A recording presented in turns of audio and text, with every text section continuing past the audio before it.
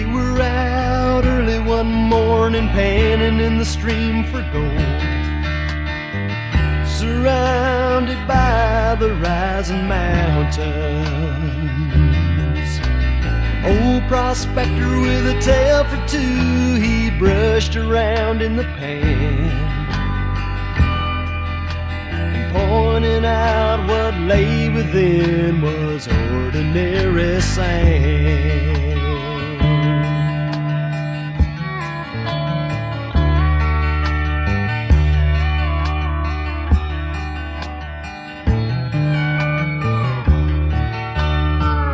He began with his story about 20 years before,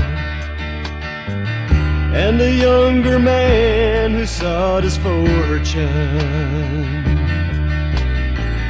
With a tear or two he told of searching for his treasure, but making known the gold he sought was ordinary pleasure.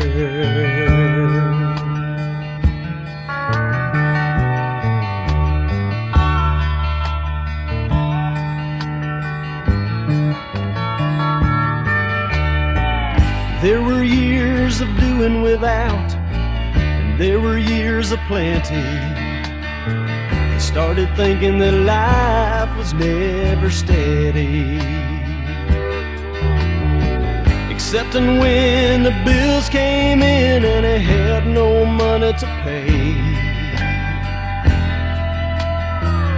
Whiskey had never tasted better ordinarily.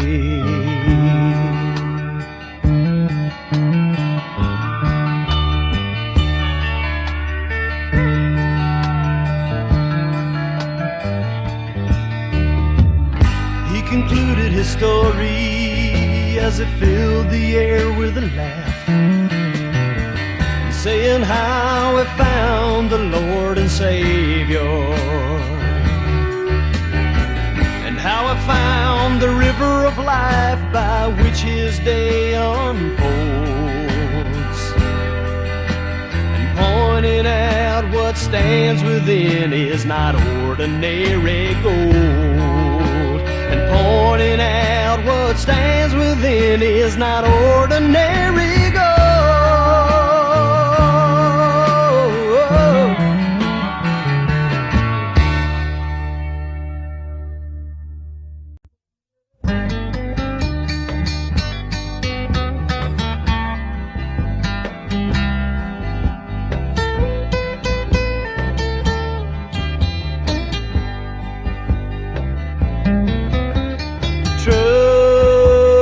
Trust in God, believe upon His promises. Through His word we can see His wonders, signs and miracles of His love. We can return His love with devotion, standing on His word before all men. We are His beloved and His chosen, walking in this life renewed with peace. Trust in God, believe upon His promises.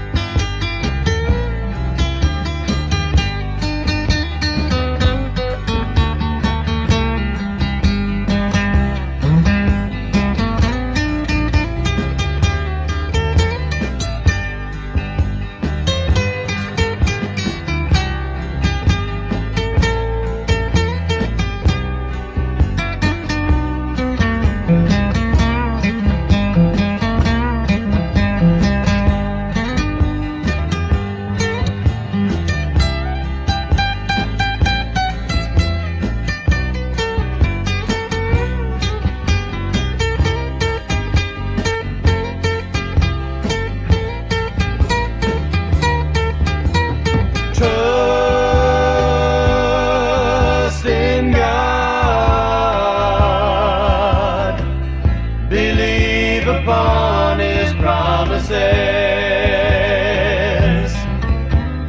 Through His Word we can see His wonders, signs and miracles of His love. We can return His love with devotion, standing on His word before all men. We are His beloved and His chosen, walking in this life renewed with peace. Trust in God, believe upon His promises. Trust in God, believe upon His promises. Well, hello, I'm Mark Wallace. This is True North Studio, and today the topic is Out of the Stone Age. Well, as a child, I was fascinated with all things prehistoric. I just couldn't get enough. Long before I could read, I thumbed through every single page of our entire set of encyclopedias and bookmarked each and every page that had a picture of a caveman or a dinosaur. I made my way through our entire home internet of the day. My 3- and 4-year-old brain marveled at how early man was able to protect itself from the fearsome saber-toothed cat and the giant woolly mammoths, using only stone tools and maybe a handful of Flintstone vitamins. Well, hey, I was 4. Over the past few years, I've been rethinking those childhood thoughts, and now I wonder what really pulled mankind out of the Stone Age. And you may be surprised. All paleontologists know that our brains are exactly the same size as the cave people. Yet today, with our same size brain, technology is advancing at a mind-bending pace. Why was early man stuck in time and technology for maybe 200,000 years? What triggered the change? What event opened the floodgates of advancing thoughts? I scratched my head. Assuming ancient man's brain was as modern as a skull that held it, wouldn't it be true that at least one of our genius-level early ancestors could have chanced upon the theory of relativity, or at least thought up duct tape? If necessity is the mother of invention, why didn't people advance very much? Was there no necessity? No need? No longing? What held people back? What were they lacking? What kept them there? What light bulb moment? What seminal flash happened that finally jettisoned humans off their Stone Age hamster wheel? There had to be something missing from the equation. Anthropologists know that our heads and brain size didn't change much over time. So what changed? What event? What innovation? What finally tipped the scales and moved mankind forward? Why did we need tens of thousands of years to finally get to the place that we could invent metal tools and weapons, stringed and wood-winged musical instruments, cooking pots, mirrors, nuclear fusion, and the Thighmaster? What changed? What event allowed men to finally break free of the Stone Age? What single event changed everything for us and still can? So grab your iPhone and your stone axe and let's exit the cave and explore. The introduction of spirit. Let's start our end of the Stone Age adventure by defining something called spirit. Now I'm not talking about, oh boy, hang on here, got a little technical difficulty. All right. Now see, excuse me for a second here, folks. So I'm not talking about, when I say spirit, I'm not talking about ghosts or our end of Stone Age adventure by defining something called spirit. I'm not talking about ghost or that something special. I'm sorry, folks. I just had a screen go out on me. I'm not talking about ghosts or that something special that makes up a high school pep rally. When I say spirit, I'm talking about the same spiritual substance that makes up the Creator. Once again, besides a few stone tools, a large prefrontal cortex, and a curiosity that spread people around the globe, human life didn't change very much for hundreds of thousands of years. People in their different iterations, lived in a Stone Age pre-paradise for what seemed like forever, until something happened, until a totally redesigned human form was introduced. Something alien, something not of this world was integrated into man, and this changed everything. This is not taught in history books, anthropology class, nor will you see it evidenced in museums, but as you open your eyes spiritually, you'll understand. This new style human looked like everyone else, fed, bred, and tread the earth like everyone else before him, but was given one single advantage over all other members of his or her race. Something was incorporated into this new style human that would allow them to think, believe, and behave with God-like inspiration and power at times. They were just given an upgrade that didn't require time-wasting evolution. Did I just use the word evolution? Gasp. For instance, it took 10 million years for the blowhole of a whale to migrate from its nose up to the top of its head for easier breathing at the surface. But the Spirit of God, the platform for this new style human, was created instantly. This new addition to this special human didn't take millions of years. So what happened?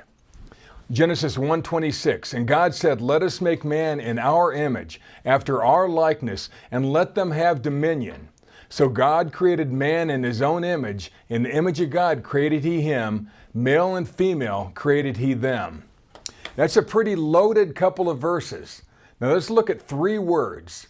We have image, we have dominion, and create.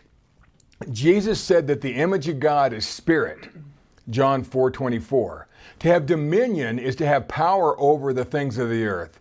And to create is to cause to come into being as something unique that would not naturally evolve or that is not made by ordinary processes. That's from dictionary.com. This new thing, this image of God, this thing we call spirit, was never before part of the human form. Spirit was not part of the normal evolutionary process, and that's why the word create is used.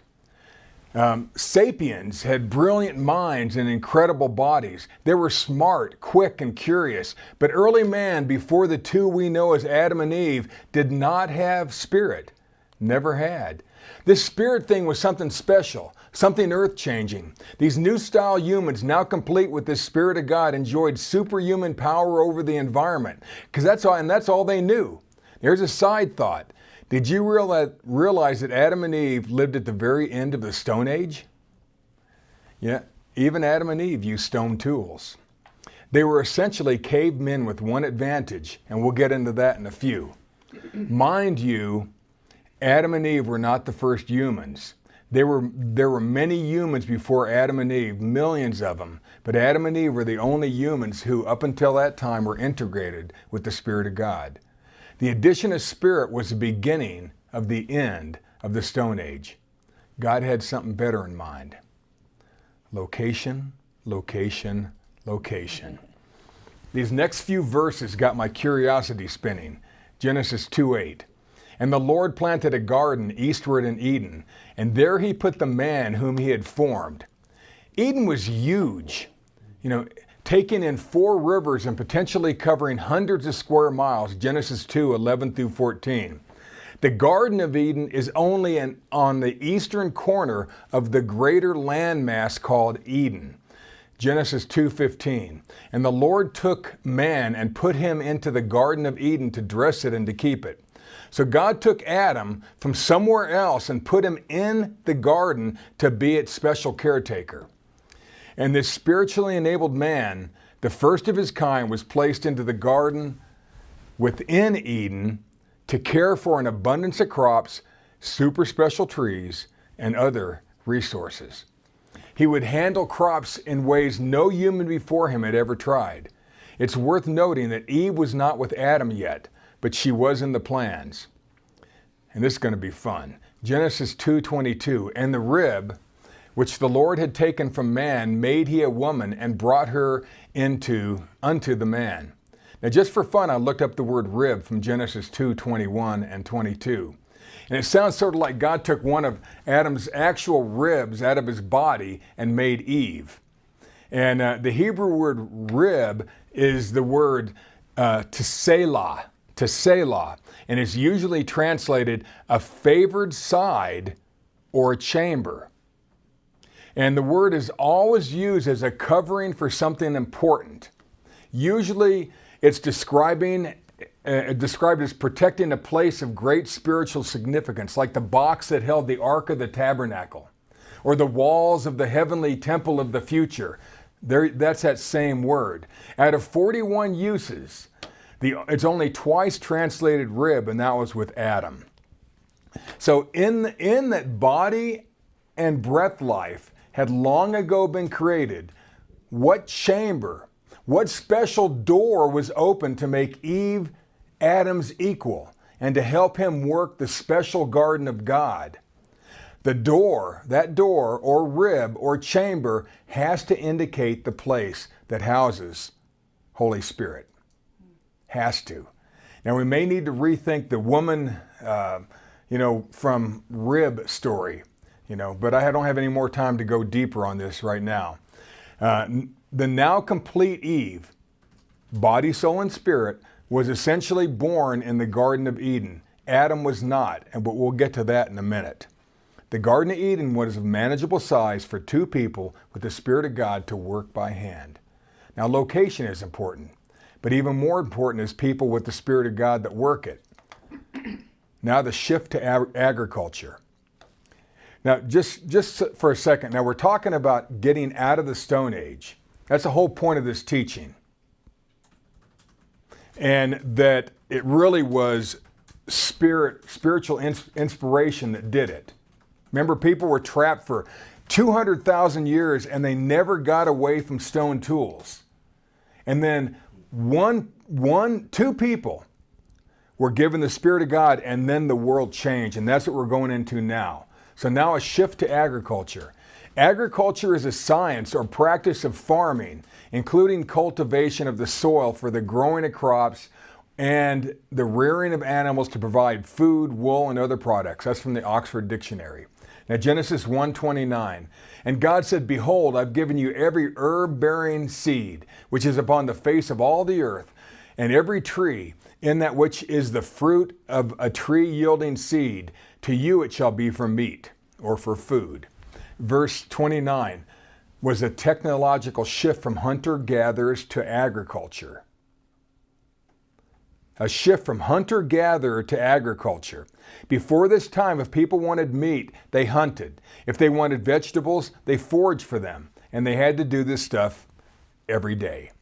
It may not have been the first garden, but it was by far the most innovative, this Garden of Eden, because God designed it and inspired it. Also, it seems that Adam and Eve may have been vegetarians while in Eden's experimental garden, because all the verse mentions is plants and seeds. But that will change quite quickly. Plus, the Garden of Eden held something special called the Tree of Life, which is going to reappear in the book of Revelation in the second paradise. The first edition of Spirit, the one that was placed in just 2 humans at that time, will begin to effectively change the world like the world hadn't been changed in maybe 200,000 years. The shift to systematic agriculture was the second big change that began to end the Stone Age. Now, out of Eden. Adam and Eve may have started off in the Stone Age, but they weren't cavemen. They lived, worked, and played in paradise. It was probably not a bad place to live. It's paradise. They had dominion over Eden, and all the animals that visited its vast, lush, watered beauty. Sadly, their time in paradise, the Garden of Eden, was short-lived because the serpent, the devil, Satan, talked them out of their early version of spirit, which caused them to lose their spiritual connection with God. Just read Genesis 3. And because they decided to think of themselves as outgrowing God, they were forced out of Eden. And we're going to circle back to that thought in just a minute. So verse 23 of Genesis 3, therefore the Lord God sent him forth from, or escorted them out of, the Garden of Eden to till the ground from whence he was taken. That from whence he was taken seems to tell us that Adam may have been born outside of Eden. It also tells us that after he and Eve blew it, he was sent back to work the less than fertile soil on the outskirts of the garden. You know, but it wasn't all bad. Wasn't all bad. Even after they lost their spiritual connection with God, they carried on with the new and improved farming practices that they'd learned in Eden. But life was harder now. Genesis 3:19 from the Message, you'll get your food the hard way. Planting and tilling and harvesting, sweating in the fields from dawn to dusk until you return to that ground yourself, dead and buried. You started out as dirt, you'll end up dirt. Life without the Spirit of God became a lot less glamorous than it was in paradise, but it still was better than being a hunter-gatherer. The shift from being this hunter-gatherer to a God-inspired agricultural practices started a revolution, but they still don't have metal tools. They still don't have metal tools. If Adam and Eve didn't have metal tools, what kind of tools did they use? Well, they used wood, stone, bone, sinew, like all the humans who ever lived on earth over the prior 200,000 years before them. First they got spirit, they then began farming, then they lost that spirit, were kicked out of Eden, but they kept farming, and the Stone Age was beginning to fade here. Now, life without spirit. Adam and Eve were now living outside of Eden. They had learned much in their time there, and they kept up that same work ethic.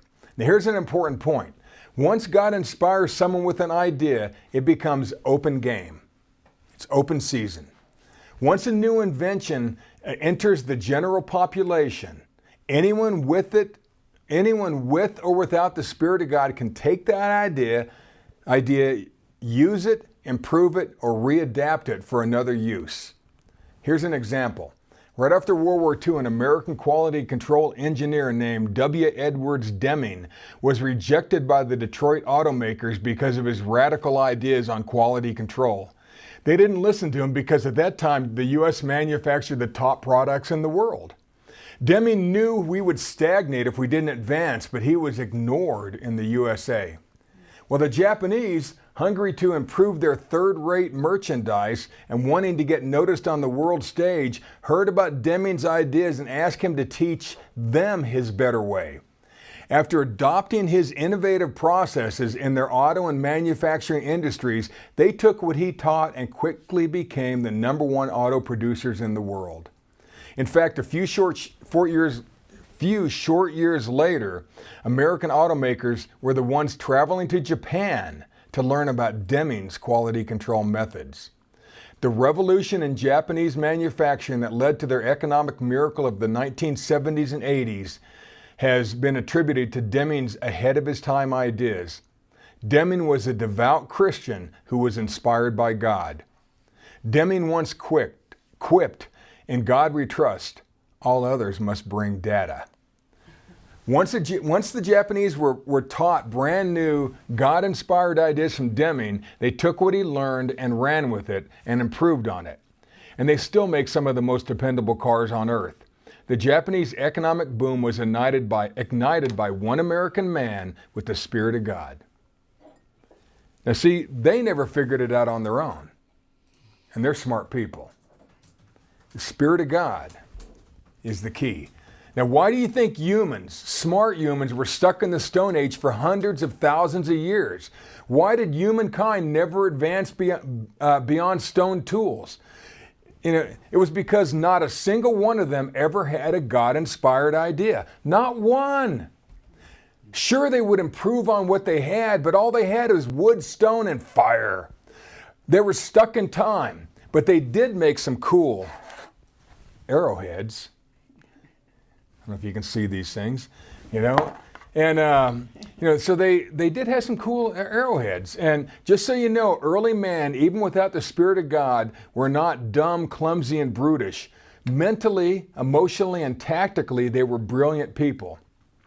The first step out of the Stone Age had been the Spirit of God and improved farming practices that Adam and Eve had learned in the Garden of Eden. Once they lost that spirit and were escorted out of Eden in a white van, kidding, they began to farm openly. Work on the outside of Eden was harder than they thought it was going to be. You know the feeling. The NCV says, you will sweat and work hard for your food, then you die. Genesis 3:19. Have you ever felt like life is a lot harder than it should be? That life should be easier? Well, you're not the only one. Haggai 1:6 says, ye have sown much and bring in little. Ye eat and ye have not enough. Ye drink, but you're not filled with drink. You clothe you, but there is none warm. And he that earneth wages to put it into a bag with holes. And you wonder why a man drinks. That's life without the Spirit of God. Life is much harder without spiritual inspiration. Much harder.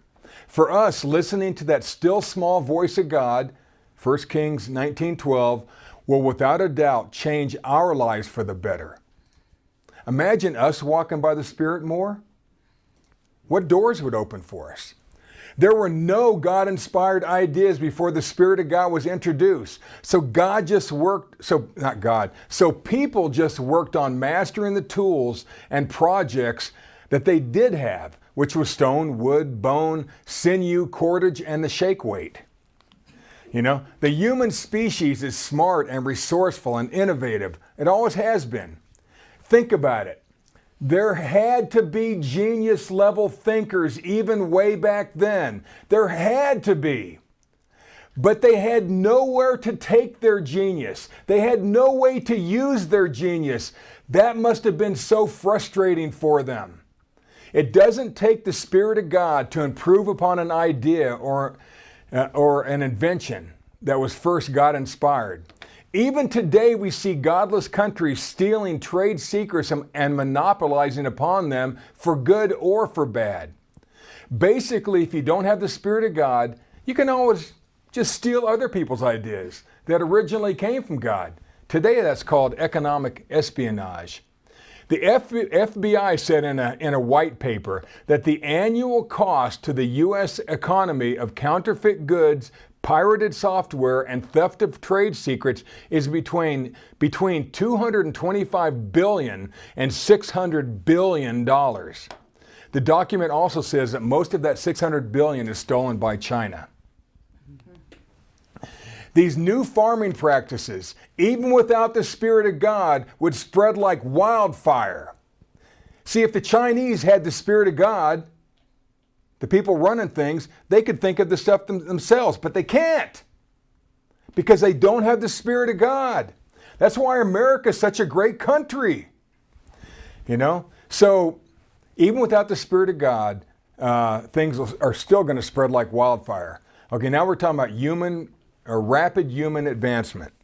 Scientists have no idea what switch was finally flipped within man that so quickly and completely took man from the Stone Age into the Bronze Age and beyond. But I think we all have a pretty good idea now.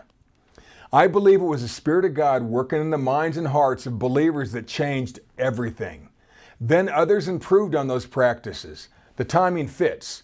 Look at any historic timeline and compare it with any biblical timeline, and you'll see that what I'm saying is not coincidental.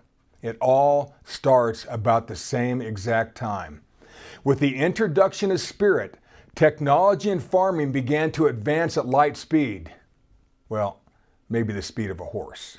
Okay, this next period, with its second iteration of God's Spirit, lasted a long time, maybe 4,000 years, up until Christ, the resurrection, and the day of Pentecost.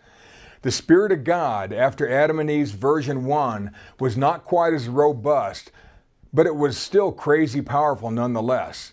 And just read the Old Testament.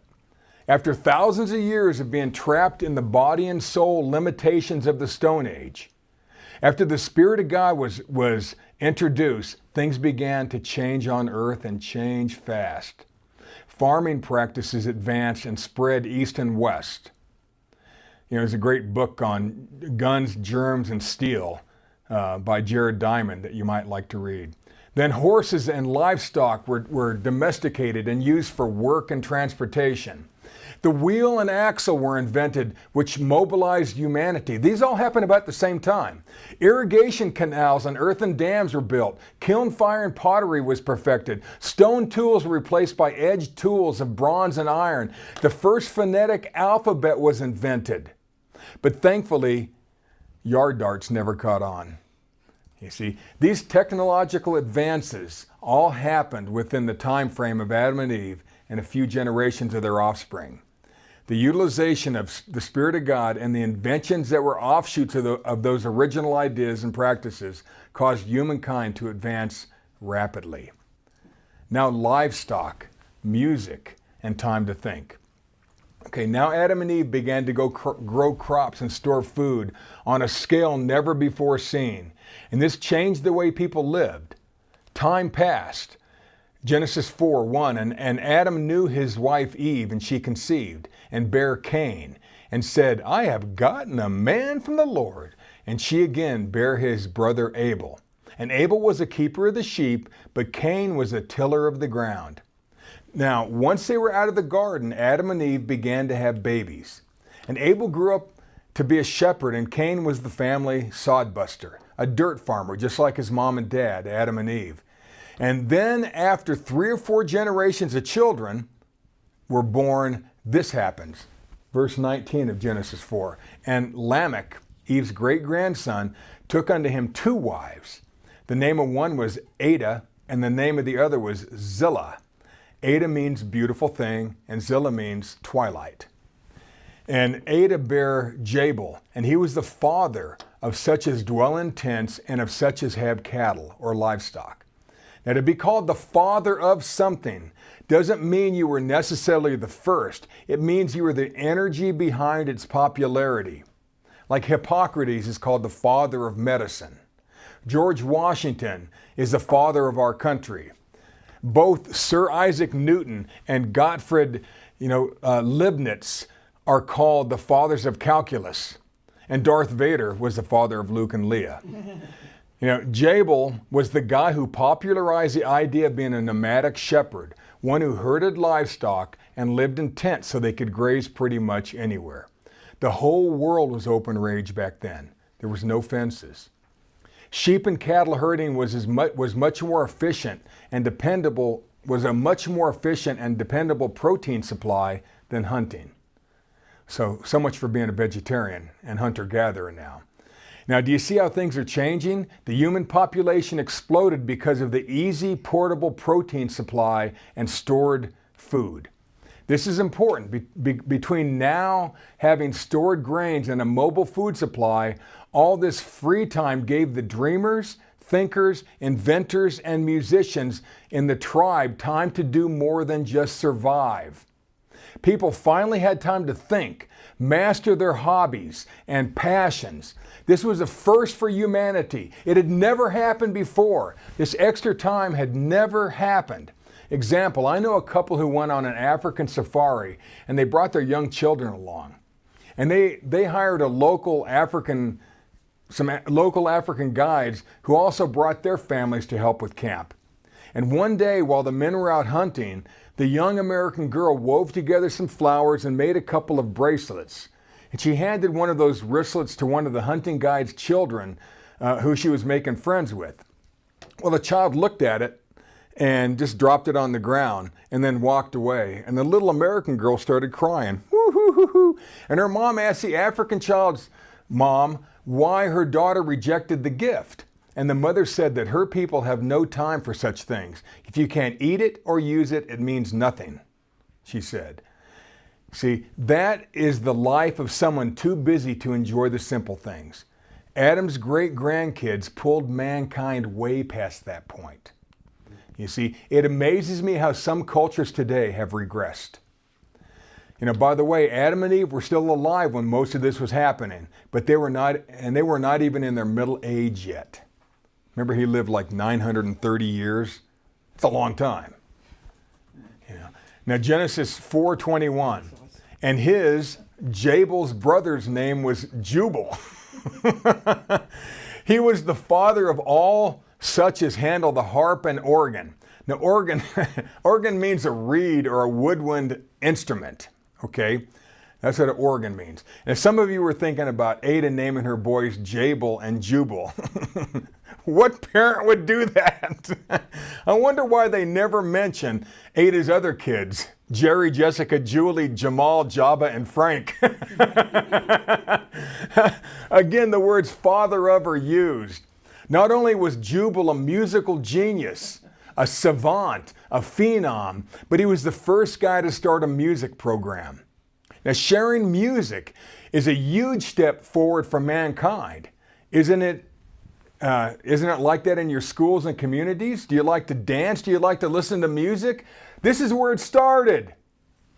Again, because of the new styled agriculture handed down from Adam and Eve and a mobile food supply perfected by Jabal, people now had time to think, to build complex societies, and to enjoy musical instruments and start schools. Adam and Eve were still alive. The Spirit of God got humanity to step out of the Stone Age rather quickly, but it was about to take a sinister turn. Weapons and murder. Now, what's about to happen was the effective end of the Stone Age, but it wasn't all good. Genesis 4:22, and Zillah, Eve's great-grandson Lamech's wife number 2, she also bare Tubal-Cain, an instructor or sharpener of every artificer, that means fabricator, in brass and iron. And the sister of Tubal-Cain was Naamah. Now this is interesting. Tubal-Cain wasn't a farmer, a shepherd, or a musician. This guy was going to turn humanity a totally different direction. The word instructor, spelled with an ER, is a very old word, and it does not mean teacher. It doesn't mean teacher. It has a more lethal implication. In Hebrew, instruct, ER, means to forge metal blades, hammer out an edge, and then hone them to razor-sharp weapons. Now, plus this guy Tubal-Cain was named after his great-grandfather Cain, who was the first murderer. Remember, he murdered his brother Abel? And he was the first to reject God and the Spirit of God. He wasn't a nice guy, Cain. And the name Tubal-Cain literally means to flow with Cain. To flow with Cain. Tubal-Cain's dad, Lamech, like Grandpappy Cain, was proud of being a cold-blooded killer. Watch this, Genesis 4:23 from the AMP. Lamech said to his wives, Ada and Zillah, hear my voice, you wives of Lamech. Listen to what I say, for I have killed a man merely for wounding me, and a boy only for striking or bruising me. So, he wasn't such a nice guy. And let's talk a bit more about Tubal-Cain and the effective start of the Bronze Age. Now, he was very talented at shaping brass and iron into weapons. No one had ever done it at that scale before. But he was not a believer of truth. He did not have the Spirit of God. Tubal-Cain was a master weapons and tool maker. Verse 22 tells us that he also fooled around with iron. That makes this also the beginning of the Iron Age. Adam's still alive. This guy Tubal-Cain was way ahead of his time. Iron is just one step away from steel. You've got to know that Adam and Eve were still around when all this was happening, and were still having babies, still telling stories around the campfire about the good old days in paradise. Genesis 4:25. Everybody would have known Adam and Eve. They were related to most of them. This brings me to the final point of this section. Was it inspiration or adaptation that got people out of the Stone Age and into the Bronze Age? Was it the Spirit of God, or was it simply a revision of what had previously been seen? Okay, what brought him into the Bronze Age? If you really think about it, most inventions we enjoy today are just offshoots of what was invented during those first few hundred years. Everything's a readaptation. Remember, before the Spirit of God entered the scene, people remained in that stationary hellhole called the Stone Age for hundreds of thousands of years. Let's get back to our story. Where would Tubal-Cain have gotten the idea to fashion edged weapons out of metal? Where would he have gotten that idea? Because he did not have the Spirit of God. So where would he have gotten that idea? Without the Spirit of God, he would have to have seen them or heard about it. You know, up to that point, everyone on earth was still knapping flint to make knives, sharp tools, and weapons. Highly fashioned stone tools were everywhere. They can make stone tools so sharp they're razor sharp. I don't know if you've ever seen them. That's what people use for hundreds of thousands of years. A long time. They mastered this, you see. But where did they get the idea? Well, to make a metal blade. Where did they get the idea? You know? I was just holding up, for those of you listening, I was just holding up a stone blade and a metal knife for show and tell. So to understand where Tubal-Cain may have gotten the idea of metal weapons, we have to go back to the days of the garden. What happened? What happened right after the fall of Adam and Eve? There was a significant event. Genesis 3:23. Therefore the Lord God sent him forth from the Garden of Eden to till the ground from whence he was taken. We read that earlier. And Adam and Eve were kicked out of their little secluded section of earth called paradise.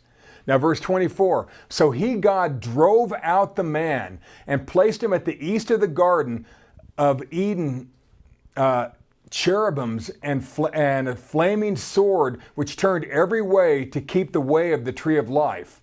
See, these cherubs were not cute little baby face angels with sad puppy dog eyes from Renaissance art. You've all seen those pictures. That's not what this is talking about. These were angel guardians. Badass. They were celestial warriors sent to keep Adam and Eve and everyone else from getting back into the Garden of Eden.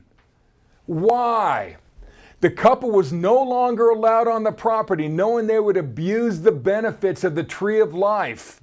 If they had to keep eating of that tree of life, they would have lived forever. And remember, they were disobedient, Adam and Eve. Okay, so these awesome heavenly beings, they swung glimmering swords whose highly polished edges reflected the sun like fire. Stone blades made of flint, they don't glimmer. They don't glimmer. They don't shine. These angelic blades were shiny and they were long. Plus, you can't make a long sword out of flint. It would be way too brittle. It would break too easily. Adam and Eve would have gotten up close and personal with these sword-handling angels. After all, Adam and Eve once owned paradise. Now, I ask you, wouldn't you have tried to get back into paradise if someone kicked you out? Wouldn't you have tried 100 different ways? Don't you think Adam and Eve used every excuse in the book to get past the angels? I sure would have. I know I would have. Eve using her best sultry voice. Hey, Mr. Cherubim, let me go back in and get my favorite little green outfit, if you know what I mean. You know? And here's Adam's money line. Here's his money line to the angelic gatekeepers. Look, man, we got 2 tickets to paradise. You know, so these warrior angels holding super sharp, shiny, reflective, gleaming, glittering swords would have left an impression every time Adam and Eve had tried to enter. They'd never seen anything like it. They'd never seen anything like a sword. Never. It was awesome. Before these angel guardians, no one on earth had ever seen or touched or seen the business end of a razor-sharp metal sword. They had seen razor-sharp stone blades, but they never saw this. Of course, this is very short compared to what they would have had, but I don't happen to have a sword. And so here's another thought. I wonder how long these angels stood guard at the entry of Eden. How long? Was it a day? Was it a few months? Could it have been decades? Maybe centuries. Remember, Adam and Eve lived 930 years, or Adam did. How long did they stand guard there? How long before the tree of life was no longer viable? I don't know. Don't you think that Adam's sons and grandsons would have all tried all sorts of ways to slide past the angels and sneak a peek? I would have tried. I'm sure of it. This amazing gleaming edged weapon was talked about around the campfire for years. What the angels held, even if it was just from Adam's fireside stories, gave Tubal-Cain the idea to forge, fashion, and sharpen edged weapons.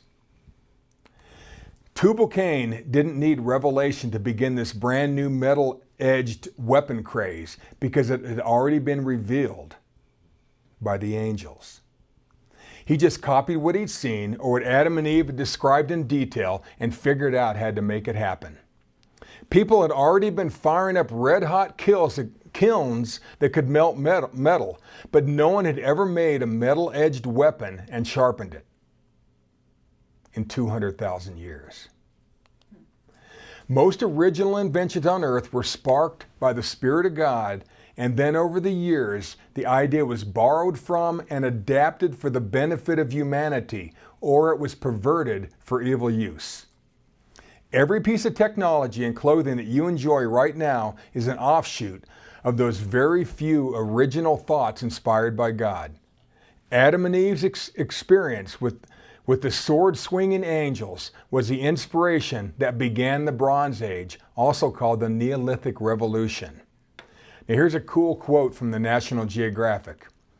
Quote, "The Neolithic Revolution was viewed as a single event, a sudden flash of genius that occurred in a single location, Mesopotamia, between the Tigris and Euphrates River in what is now southern Iraq, specifically on the site of a realm known as Sumer, which dates back to about 4000 BCE. Could it be any clearer? That's when all Christians say that Adam and Eve started. They all say that. So we know that area of what is now Iraq was once called Eden. Even devout Bible thumpers agree with the place and timeline. All I want you to see is that a few sparks of revelation changed mankind and dragged him kicking and screaming out of the Stone Age. The same thing is still happening today. It's still happening today as we walk by the Spirit. Sadly, with metal came murder at a grand scale after that. So now, in closing here, why did I share all of this? Well, partly because I love the history of the Spirit of God and how it alone is what pulled mankind out of the Stone Age. And the spiritual evolution of man with his or her spiritual upgrades or instinct is what transformed the world from the Stone Age into the world that you and I now enjoy. There will be even a greater progression of the Spirit of God in our future, similar to the one that Christ has enjoyed since the ascension. Remember, he said that we will be like him, right? And there's going to it's going to happen. But we all can, but all we can really handle right now is what we've been given. See, so over the next few weeks, I'm going to be discussing a few simple tips that can help you operate the Spirit of God that's in you at a level you may not have seen for a while. And I guarantee they'll work. We're going to see the Spirit of God in operation much more often when we're focusing on helping others. It's a big key. Let's get out there and give the best of ourselves. Let's walk with that spiritual power that most Christians only read about. Each time we respond to that still small voice of God, we're changing the future for someone else. And we're setting ourselves up for huge success. With the Spirit of God, you are the change the world needs. It was the Spirit of God that finally released mankind from the Stone Age. And it's still the Spirit of God that'll pull us out of whatever spiritual tar pit that keeps us stuck. Let's walk by the Spirit even more, and we will change the world again. God bless.